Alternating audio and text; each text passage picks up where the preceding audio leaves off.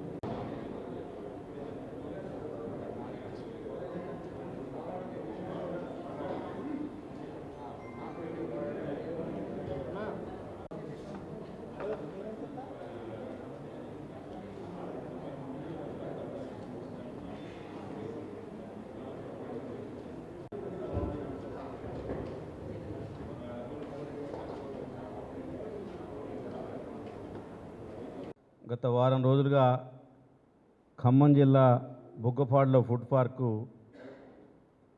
అంశం పత్రికల్లో వస్తున్న విషయం అందరికీ తెలుసు. ఆ రోజు బీఆర్ఎస్ ప్రభుత్వం కేటీఆర్ గారు ఈ ఫుడ్ పార్క్ని మరి ఆ రోజు మొక్కజొన్న, మామిడి, ఆయిల్ ఫాము, ఇతర కొబ్బరి పీసు పరిశ్రమల కింద ఒక హబ్గా మార్చేందుకు బుగ్గపాడులో ఈ యొక్క ఫుడ్ పార్క్కి శంకుస్థాపన చేయటం జరిగింది. మరి ఇన్ని సంవత్సరాల తర్వాత ఈరోజు ఒకే కంపెనీకి, ఆంధ్ర ప్రాంతానికి చెందిన కంపెనీకి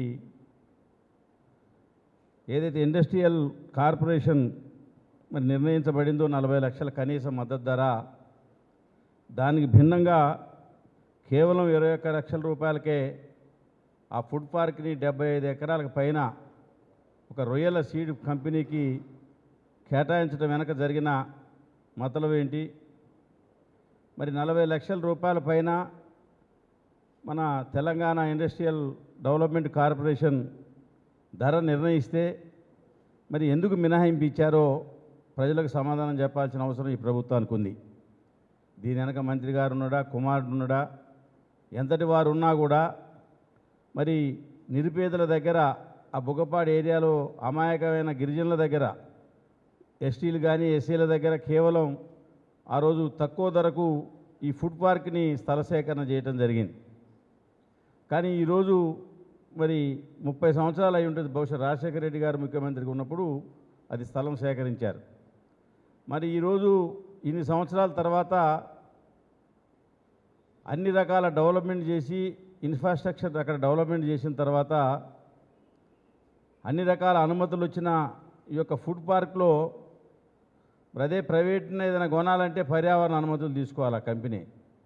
అట్లాంటి అవసరం లేకుండా అన్ని అనుమతులు వచ్చిన ఈ ఫుడ్ పార్క్లో కరెంటు లైన్స్, రోడ్లు అన్ని రకాలు వేసి మరి ఇవాళ కేవలం 21 లక్షల రూపాయలకే మీరు కేటాయింపు చేయటం అంటే దీనికి రాష్ట్ర మంత్రివర్గం ఏమైనా ఆమోదించిందా?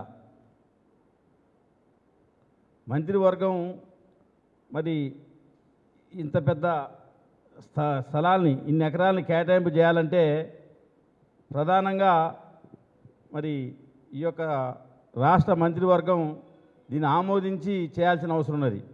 ఆమోదించకుండానే ఇది వచ్చిందా లేదా? ఇక రెండో అంశం ప్రధానంగా ఇది కేంద్ర ప్రభుత్వానికి సంబంధించిన కొంత వాటా ఉంది, నాబార్డుకు సంబంధించి కూడా కొంత ఉంది.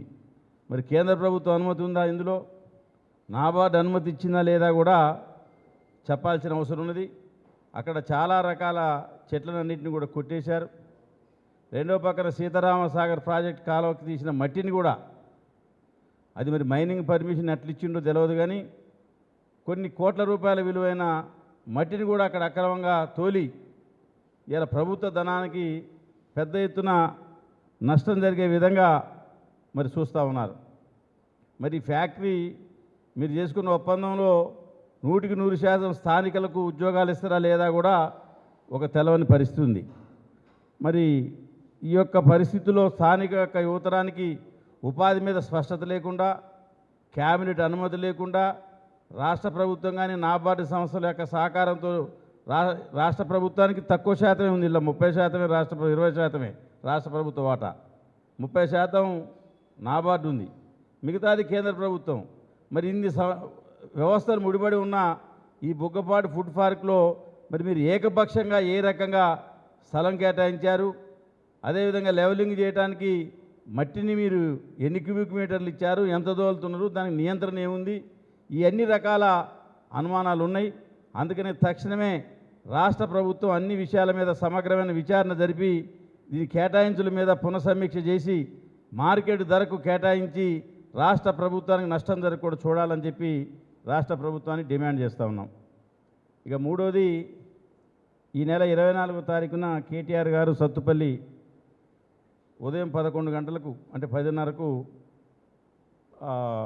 సత్తుపల్లి నియోజకవర్గ మన ఎస్ఐఆర్ మీద, అదేవిధంగా పార్టీ సభ్యత్వ నమోదు మీద ట్రైనింగ్ క్లాస్ ఇవ్వడానికి వారు వస్తున్నారు. దయచేసి దానికి ఆహ్వానితుల్ని రావాలని చెప్పి, ఎందుకంటే బహిరంగ సభ కాదు, అది మాస్గా కూడా పిలవట్లేదు. ఎవరైతే సభ్యత్వ నమోదుకి బూత్కి ఇద్దరు ఉన్నారో, ఎస్ఐఆర్కి బూత్కి ఒకరు ఉన్నారో వాళ్ళని ఆహ్వానిస్తున్నాం.